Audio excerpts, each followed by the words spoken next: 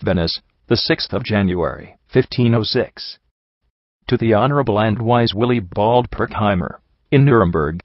My dear Master, to you and all yours, many happy good New Years. My willing service to you, dear Herr Perkimer. Know that I am in good health. May God send you better even than that. Now as to what you commissioned me, namely, to buy a few pearls and precious stones, you must know that I can find nothing good enough or worth the money. Everything is snapped up by the Germans. Those who go about on the Riva always expect 4 times the value for anything, for they are the falsest knaves that live there. No one expects to get an honest service of them. For that reason some good people warned me to be on my guard against them. They told me that they cheat both man and beast, and that you could buy better things for less money at Frankfurt and at Venice. As for the books which I was to order for you, Imhoff has already seen to it, but if you are in need of anything else, let me know, and I shall do it for you with all zeal. And would to God that I could do some real good service. I should gladly accomplish it, since I know how much you do for me. And I beg of you be patient with my debt, for I think oftener of it than you do. As soon as God helps me to get home I will pay you honorably, with many thanks, for I have to paint a picture for the Germans, for which they are giving me 110 Rhenish gulden, which will not cost me as much as 5. I shall have finished laying and scraping the groundwork in 8 days. Then I shall at once begin to paint, and if God will, it shall be in its place for the altar a month after Easter. Editor note: this refers to the altarpiece called the Madonna of the Rose Garlands, painted for the chapel of Bartolomeo, the burial place of the German colony. About the year 1600 it was bought for a high price by the Emperor Rudolph II, who is said to have had it carried over the Alps by 4 men all the way to Prague, to avoid the risk of damage in transport. It suffered serious water damage during the 30 Years' War of 1618 to 1648, and many parts of it had to be repainted to replace much of the original paint that was lost, but it still remains one of the most important and lavishly colored of all Durer's works. The money I hope, if God will, to put by, and from that I will pay you, for I think that I need not send my mother and wife any money at present. I left 10 florins with my mother. When I came away, she has since got 9 or 10 florins by selling works of art. Drotzy her has paid her 12 florins, and I have sent her 9 florins by Sebastian Imhoff, of which she has to pay Finzing and Gardner 7 florins for rent. I gave my wife 12 florins and she got 13 more at Frankfurt, making altogether 25 florins, so I don't think she will be in any need, and if she does want anything, her brother will have to help her, until I come home, when I will repay him honorably. Herewith let me commend myself to you. Given at Venice on the day of the Holy Three Kings, Epiphany, the year 1506. Greet for me Stephen Baumgartner, and my other good friends who ask after me. Albrecht Durer. The 7th of February, 1506. First my willing service to you, dear Master. If it is well with you, I am as wholeheartedly glad as I should be for myself. I wrote to you recently. I hope the letter reached you. In the meantime my mother has written to me, chiding me for not writing to you, and has given me to understand that you are displeased with me because I do not write to you, and that I must excuse myself to you fully. And she is much worried about it, as is her wont. Now I do not know what excuse to make, except that I am lazy about writing and that you have not been at home. But as soon as I knew that you were at home, or were coming home, I wrote to you at once. I also specially charged Castle Fugger to convey my service to you. Therefore I most humbly beg you to forgive me, for I have no other friend on earth but you. But I do not believe you are angry with me, for I hold you as no other than a father. How I wish you were here at Venice. There are so many good fellows among the Italians who seek my company more and more every day, which is very gratifying to me, men of sense and scholarly, good lute players and pipers, connoisseurs in painting, men of much noble sentiment and honest virtue, and they show me much honor and friendship. On the other hand, there are also amongst them the most faithless, lying, thievish rascals, such as I scarcely believed could exist on earth, and yet if one did not know them, one would think that they were the nicest men on earth. I cannot help laughing to myself when they talk to me. They know that their villainy is well known, but that does not bother them.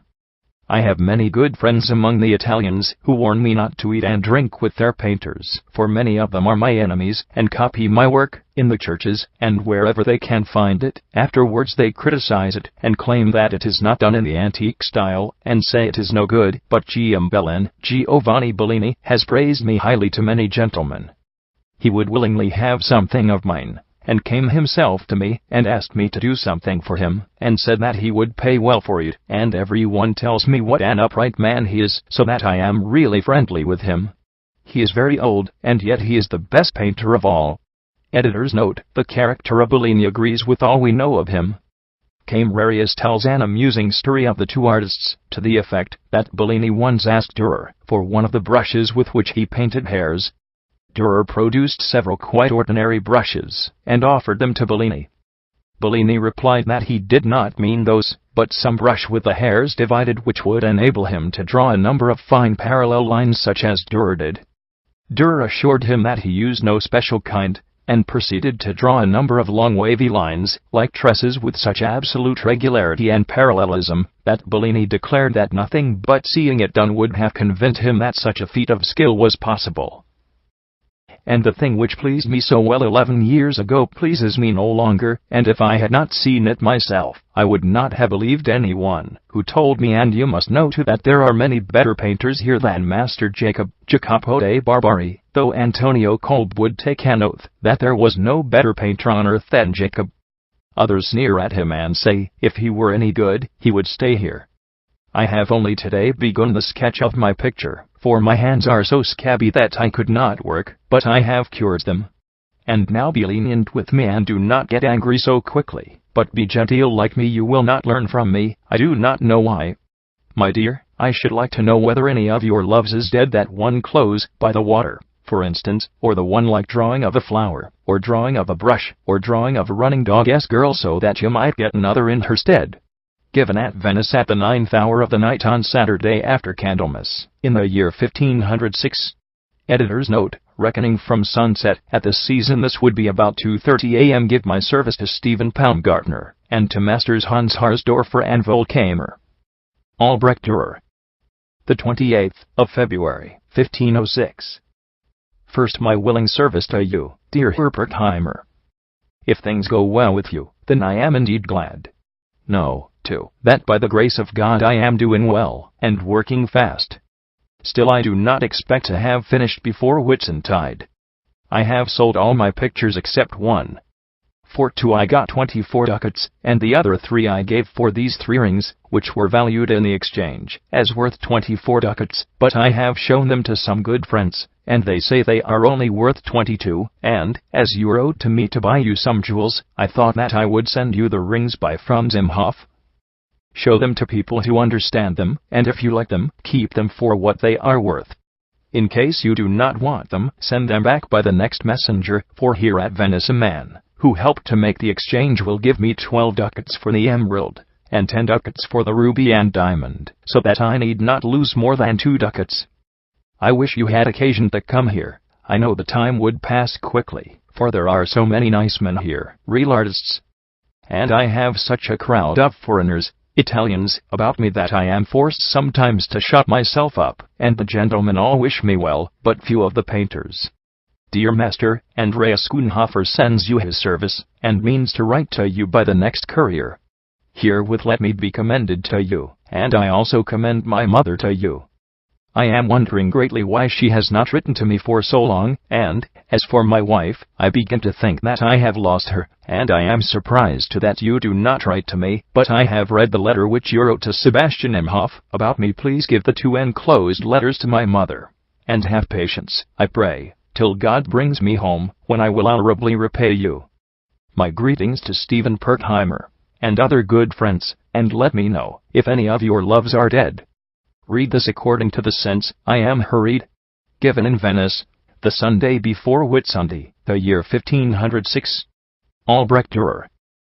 P.S. Tomorrow it is good to confess. The 8th of March, 1506.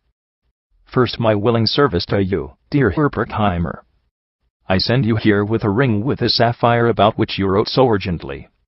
I could not send it sooner, For the past 2 days I have been running around to all the German and Italian goldsmiths that are in all Venice, with a good assistant, whom I hired, and we made comparisons, but were unable to match this one at the price, and only after much entreaty could I get it for 18 ducats for Marcelli from a man who was wearing it on his own hand, and who let me have it as a favor, as I gave him to understand that I wanted it for myself. And as soon as I had bought it, a German goldsmith wanted to give me 3 ducats more for it than I paid, so I hope that you will like it. Everybody says that it is a good stone, and that in Germany it would be worth about 50 florins. However, you will know whether they tell truth or lies. I understand nothing about it. I had first of all bought an amethyst for 12 ducats, from a man whom I thought was a good friend, but he deceived me, for it was not worth 7. But the matter was arranged between us by some good fellows. I will give him back the stone, and make him a present of a dish of fish. I was glad to do so, and took my money back quickly. As my good friend values the ring, the stone is not worth much more than 10 Rhenish florins, whilst the gold of the ring weighs about up to 5 florins, so that I have not gone beyond the limit set me, as you owed from 15 to 20 florins. But the other stone I have not yet been able to buy, for 10 one finds them rarely in pairs, but I will do all I can about it. They say here that such trumpery fool's work is to be had cheaper in Germany, especially now at the Frankfurt Fair. For the Italians take such stuff abroad, and they laugh at me, especially about the jacinth cross, when I speak of 2 ducats, so write quickly, and tell me what I am to do. I have heard of a good diamond ornament in a certain place, but I do not yet know what it will cost. I shall buy it for you until you write again, for emeralds are as dear as anything I have seen in all my days. It is easy enough for anyone to get a small amethyst, if he thinks it worth 20 or 25 ducats. It really seems to me you must have taken a mistress, only beware you don't get a master. But you are wise enough about your own affairs. Dear Perkimer, Andreas Schoonhofer sends you his service. He intends in the meantime to write to you, and he prays you if necessary to explain for him to the council why he does not stay at Padua. He says there is nothing there for him to learn. Don't be angry, I pray you, with me for not sending all the stones on this occasion, for I could not get them all ready. My friends tell me that you should have the stone set with a new foil, and it will look twice as good again, for the ring is old, and the foil spoiled. And I beg you to tell my mother to write me soon, and have good care of herself. Herewith I commend myself to you. Given at Venice on the 2nd Sunday in Lent, 1506. Albrecht Durer. P.S. Greetings to your loves. The 2nd of April, 1506. First, my willing service to you, dear sir. I received a letter from you on the Thursday before Palm Sunday, together with the emerald ring, and went immediately to the man from whom I got the rings. He will give me back my money for it, although it is a thing that he does not like to do. However, he has given me his word, and he must hold to that. Do you know that the jewelers buy emeralds abroad and sell them here at a profit? But my friends tell me that the other 2 rings are well worth 6 ducats apiece, for they say that they are fine and clear, and contain no flaws.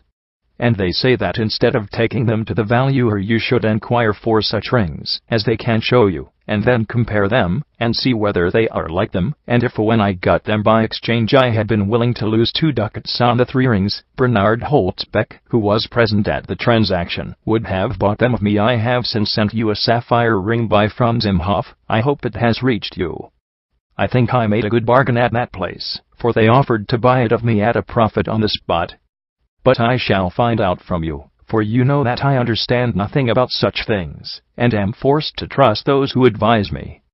The painters here, you must know, are very unfriendly to me. They have summoned me 3 times before the magistrates, and I have had to pay 4 florins to their school.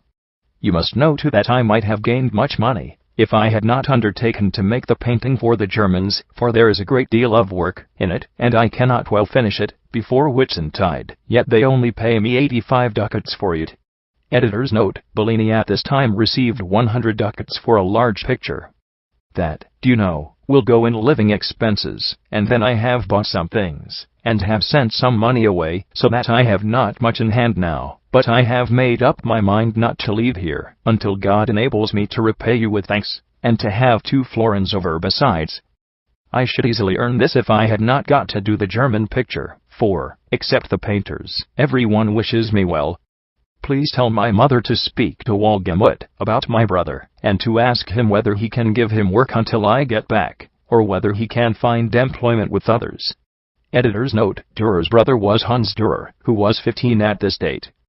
He became a painter of second-rate ability, and afterwards helped Albrecht in the decoration of the Emperor Maximilian's prayer book. I should like to have brought him with me to Venice, which would have been useful both to me and to him, and he would have learned the language, but she was afraid that the sky would fall on him. I pray you keep an eye on him, women are no use for that. Tell the boy, as you can so well, to be studious and independent till I come, and not to rely on his mother, for I cannot do everything, although I shall do my best. If it were only for myself, I should not starve, but to provide for so many is too hard for me, and nobody is throwing money away. Now I commend myself to you, and tell my mother to be ready to sell at the Crown Fair. I am expecting my wife to come home, and have written to her too about everything. I shall not purchase the diamond ornament until you write. I do not think I shall be able to return home before next autumn. What I earn for the picture which was to have been ready by Whitsuntide will all be gone in living expenses and payments. But what I gain afterwards I hope to save. If you think it right, say nothing of this, and I shall keep putting it off from day to day, and writing as though I was just coming. Indeed, I am quite irresolute. I do not know myself what I shall do. Write to me again soon. Given on Thursday before Palm Sunday, in the year 1506. Albrecht Durer. P.S. Your servant. The 23rd of April, 1506. First, my willing service to you, dear sir. I wonder why you do not write to me to say how you like the sapphire ring which Hans Imhoff has sent you by the messenger shown from Augsburg. I do not know whether it has reached you or not. I have been to Hans Imhoff and inquired, and he says that he knows no reason why it should not have reached you, and there is a letter with it which I wrote to you, and the stone is done up in a sealed packet, and has the same size as is drawn here, for one drew it in my notebook. I managed to get it only after hard bargaining. The stone is clear and fine, and my friends say it is very good for the money I gave for it. It weighs about 3 florins Rhenish, and I gave for it 18 ducats, and 4 marzel, and if it should be lost I should be half mad, for it has been valued at quite twice what I gave for it. There were people who would have given me more for it the moment I had bought it. So, dear Herr Perkimer, tell Hans Imhoff to inquire of the messenger what he has done with the letter and packet. The messenger was sent off by Hans Imhoff the Younger on the 11th of March. Now may God keep you, and let me commend my mother to you. Tell her to take my brother to Wohlgemuth, that he may work, and not be idle. Ever your servant. Read by the Sense. I am in a hurry, for I have 7 letters to write, part written. I am sorry for her lower ends. Greet him and Stephen Baumgartner. Given at Venice in the year 1506, on St. Mark's Day. Write me an answer soon, for I shall have no rest till I hear. Andreas Schoonhofer is deadly ill, as I have just heard. Albrecht Durer. The 28th of August, 1506.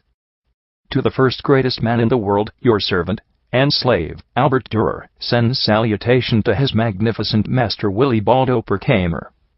By my faith, I hear gladly, and with great pleasure of your health, and great honor, and I marvel how it is possible for a man like you to stand against so many tyrants, bullies, and soldiers. Not otherwise than by the grace of God. When I read your letter about this strange abuse, it gave me great fright. I thought it was a serious matter. But I warrant you frighten even Scotsmen, for you look wild enough, especially on holy days with your skipping gait. But it is very improper for such a soldier to smear himself with civet. You want to be a regular silk tail, and you think that if only you manage to please the girls, it is all right. If you were only as taking a fellow, as I am, I should not be so provoked. You have so many loves that it would take you a month and more to visit each. However, let me thank you for having arranged my affairs so satisfactorily with my wife. I know there is no lack of wisdom in you. If only you were as gentle as I am, you would have all the virtues. Thank you, too, for everything you are doing for me. If only you would not bother me about the rings. If they do not please you, break off their heads, and throw them in the privy, as Peter Weisweber says. What do you mean by setting me to such dirty work? I have become a gentile uomo at Venice. I have heard that you can make lovely rhymes. You would be a find for our fiddlers here. They play so beautifully that they weep over their own music. Would God that our rich Meister girl could hear them, she would cry too. At your command I will again lay aside my anger, and behave even better than usual. But I cannot get away from here in 2 months, for I have not enough money yet to start myself off, as I have written to you before, and so I pray you, if my mother comes to you for a loan, let her have 10 florins, till God helps me out. Then I will scrupulously repay you the whole. With this I am sending you the glass things, by the messenger. And as for the 2 carpets, Anthony Kolb will help me to buy the most beautiful, the broadest, and the cheapest. As soon as I have them I'll give them to Imhoff the younger to pack off to you. I shall also look after the crane's feathers. I have not been able to find any as yet. But of swan's feathers for writing with there are plenty. How would it do if you stuck them on your hats in the meantime? A book printer of whom I inquired tells me that he knows of no Greek books that have been brought out recently, but any that he comes across he will acquaint me with, that I may write to you about them. And please inform me what sort of paper you want me to buy, for I know of no finer quality, and we get at home. As to the historical pieces, I see nothing extraordinary in what the Italians make that would be especially useful for your work. It is always the same thing. You yourself know more than they paint. I have sent you a letter recently by the messenger Konangieser. Also I should like to know how you are managing with Gunzimhoff. Herewith let me commend myself to you. Give my willing service to our prior. Tell him to pray God for me that I may be protected, and especially from the French sickness, for there is nothing I fear more now, and nearly everyone has it. Many men are quite eaten up and die of it. And greet Stephen Poundgardner and her Lorens, and those who kindly ask after me. Given at Venice on the 18th of August, 1506. Albrecht Durer Letters. P.S. Lest I forget, Andreas is here, and sends you his service. He is not yet strong, and is in want of money. His long illness and debts have eaten up everything he had. I have myself lent him 8 ducats, but don't tell anyone, in case it should come back to him. He might think I told you in bad faith. You must know, too, that he behaves himself so honorably that everyone wishes him well. I have a mind, if the king comes to Italy, to go with him to Rome. The 8th of September, 1506. Most learned, approved, wise, master of many languages, keen to detect all uttered lies, and quick to recognize real truth, Honorable Herr Willibald Perkimer, your humble servant, Albrecht Durer, wishes you all health, great and worthy honor, with the devil as much of such nonsense as you like. I will wager that for this you too would think me an orator of 100 headings. The chamber must have more than 4 corners, which is to contain gods of memory. I will not addle my pate with it. I will recommend it to you, but I believe that however many chambers there may be in the head, you would have a little bit in each of them. The Margrave would not grant a long enough audience. 100 headings, and to each head say 100 words, that takes 9 days, 7 hours, 52 minutes, not counting the size, which I have not yet reckoned, but you could not get through the whole in one go. It would draw itself out like some dotard speech. I have taken every trouble about the carpets, but I cannot find any wide ones, they are all narrow and long. However, I still look out for them every day, and so does Anthony Kolb. I gave your respects to Bernhard Hirschvogel, and he sent you his service. He is full of sorrow for the death of his son, the nicest boy that I have ever seen. I can't get any of your fool's feathers. Oh, if you were only here, how you would admire these fine Italian soldiers. How often I think of you. Would God that you and Kunsthammerer could see them. They have sun-shaped lances with 218 points. If they only touch a man with them he dies, for they are all poisoned. Hi-haw! But I can do it well. I'll be an Italian soldier. The Venetians are collecting many men, so is the Pope, and the King of France. What will come of it I don't know, for people scoff at our king a great deal. Wish Stephen Baumgartner much happiness from me. I can't wonder at his having taken a taken wife. My greeting to Borsch, her Lorenz, and our fair friend, as well as to your rich Meister girl, and thank your club for its greeting, says it's a dirty one. I sent you olive wood from Venice to Augsburg, where I let it stay, a full 10 hundredweight. But it says it won't wait, hence the stink. My picture, the self-portrait Durer painted, you must know, says it would give a ducat for you to see it. It is well painted, and finely colored. I have got much praise but little profit by it. I could have easily earned 200 ducats in the time, and I have had to decline big commissions in order to come home. I have shut up all the painters who used to say that I was good at engraving, but that in painting I didn't know how to handle my colors. Now they all say they never saw better coloring. My French mantle greets you, and so does my Italian coat. It seems to me that you smell of gallantry. I can't scent it from here, and they say here that when you go courting, you pretend to be no more than 25 years old. Oh, yes. Multiply that, and I I'll believe it. My friend, there as a devil of a lot of Italians here who are just like you. I don't know how it is. The Doge and the Patriarch have seen my picture. Herewith let me commend myself as your servant.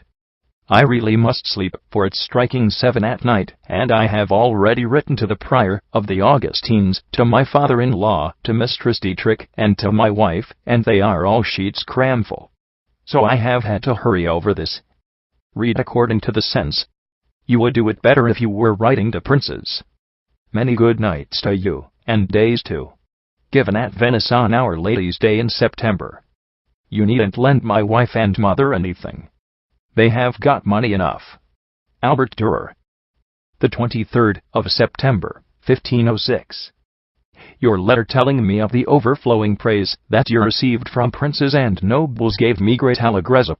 Editor's note: allegrezza means joy in Venetian, in original. You must have changed completely to have become so gentle. I must do likewise when I meet you again. Know also that my picture is finished. Likewise another quadro. Editor's note: quadro is Venetian for painting the like of which I never made before. And as you are so pleased with yourself, let me tell you now that there is no better Madonna picture in all the land, for all the painters praise it as the nobles do you. They say that they have never seen a nobler, more charming painting. The oil for which your oat I am sending by Kahn and Gieser, and burnt glass that I sent you by Farber, tell me if it reached you safely. As for the carpets, I have not bought any yet, for I cannot find any square ones. They are all narrow and long. If you would like any of these, I will willingly buy them. Let me know about it. Know also that in 4 weeks, at the latest, I shall be finished here, for I have to paint first some portraits that I have promised, and in order that I may get home soon, I have refused, since my picture was finished, orders for more than 2,000 ducats. All my neighbors know of this. Now let me commend myself to you. I had much more to write, but the messenger is ready to start. Besides, I hope, if God will, to be with you again soon, and to learn new wisdom from you. Bernhard Holzbeck told me great things of you, but I believe that he did so because you have become his brother-in-law. But nothing makes me more angry than to hear anyone say that you are handsome, for then I should have to be ugly. That would make me mad. The other day I found a gray hair on my head, which was produced by sheer misery and annoyance. I think I am fated to have evil days. My French mantle and the doublet and the brown coat send you a hearty greeting. But I should like to see what your drinking club can do that you hold yourself so high. Given the year 1506 on Wednesday after St. Matthew's. Albrecht Durer. About the 13th of October, 1506. Once I know that you are aware of my devotion to your service, there is no need to write about it, but so much the more necessary is it for me to tell you of the great delight it gives me to hear of the high honor and fame that you have attained to by your manly wisdom and learned skill. This is the more to be wondered at, for seldom or never can the like be found in a young body, but it comes to you by the special grace of God, as it does to me. How pleased we both feel when we think well of ourselves, I with my picture, and you con vostra with your learning. When anyone praises us we hold up our head and believe him, yet perhaps he is only some false flatterer who is making fun of us, so don't credit anyone who praises you, for you have no notion how unmannerly you are. I can readily portray you to myself standing before the Margrave and making pretty speeches. You carry on just as though you were making love to the Rosenthaler girl, cringing so. It did not escape me, when you wrote the last letter, you were full of amorous thoughts. You ought to be ashamed of yourself, for making yourself out so good-looking when you are so old. Your flirting is like a big shaggy dog playing with a little kitten. If you were only as nice and sleek as I am, I might understand it, but when I get to be a burgomaster I will shame you with the Lugensland editor's note, this was a Nuremberg prison, as you do the pious Zamner, and me I will have you shut up there for once with the Richtmeister, Rosenthaler, Gardner, Schlitz, and poor girls, and many others, whom for shortness I will not name. They must deal with you. They ask after me more than after you, however. For you yourself write that both girls and ladies ask after me, that is a sign of my virtue. But if God brings me home again safely, I do not know how I shall get along with you with your great wisdom, but I am glad on account of your virtue and good nature, and your dogs will be the better for it, for you will not beat them lame any more. But if you are so highly respected at home, you will not dare to be seen speaking with a poor painter in the streets. It would be a great disgrace, con poltrone deep indoor. Oh, dear Herr Perkimer, this very minute, while I was writing to you in good humor, the fire alarm sounded, and 6 houses over by Peter Pendler's are burned, and woolen cloth of mine, for which I paid only yesterday 8 ducats, is burned, so I too am in trouble. There are often fire alarms here. As for your plea that I should come home quickly, I will come just as soon as I can, but I must first gain money for my expenses. I have paid out about 100 ducats for colors and other things, and I have ordered 2 carpets which I shall pay for tomorrow, but I could not get them cheaply. I will pack them up with my linen. As for your previous comment, that I should come home soon, or else you would give my wife a washing, you are not permitted to do so, since you would ride her to death. No, too, that I decided to learn dancing, and went twice to the school, for which I had to pay the master a ducat. No one could get me to go there again. To learn dancing, I should have had to pay away all that I have earned, and at the end I should have known nothing about it. As for the glass, the messenger Farber will bring it to you. I cannot find out anywhere that they are printing any new Greek books. I will pack up a ream of your paper for you. I thought Kepler had more like it, but I have not been able to get the feathers you wanted, and so I bought white ones instead. If I find the green ones, I will buy some, and bring them with me. Stephen Baumgartner has written to me to buy him 50 carnelian beads for a rosary. I have ordered them, but they are dear. I could not get any larger ones, and shall send them to him by the next messenger. As to your question as to when I shall come home, I tell you, so that my lords may make their arrangements, that I shall have finished here in 10 days. After that I should like to travel to Bologna, to learn the secrets of the art of perspective, which a man there is willing to teach me. I should stay there about 8 or 10 days, and then come back to Venice. After that I should come with the next messenger. How I shall freeze after the sun! Here I am a gentleman, at home a parasite. Let me know how old Dame Cormer behaves, as a bride, and that you will not grudge her to me. There are many things about which I should like to write to you, but I shall soon be with you. Given at Venice about the 14th day after Michaelmas, 1506. Albrecht Durer. P.S. When will you let me know whether any of your children have died? You also wrote me once that Joseph Rummel had married Z's daughter, and forgot to mention whose. How should I know what you mean? If I only had my cloth back. I am afraid my mantle has been burned too. That would drive me crazy. I seem doomed to bad luck. Not more than 3 weeks ago a man ran away who owed me 8 ducats,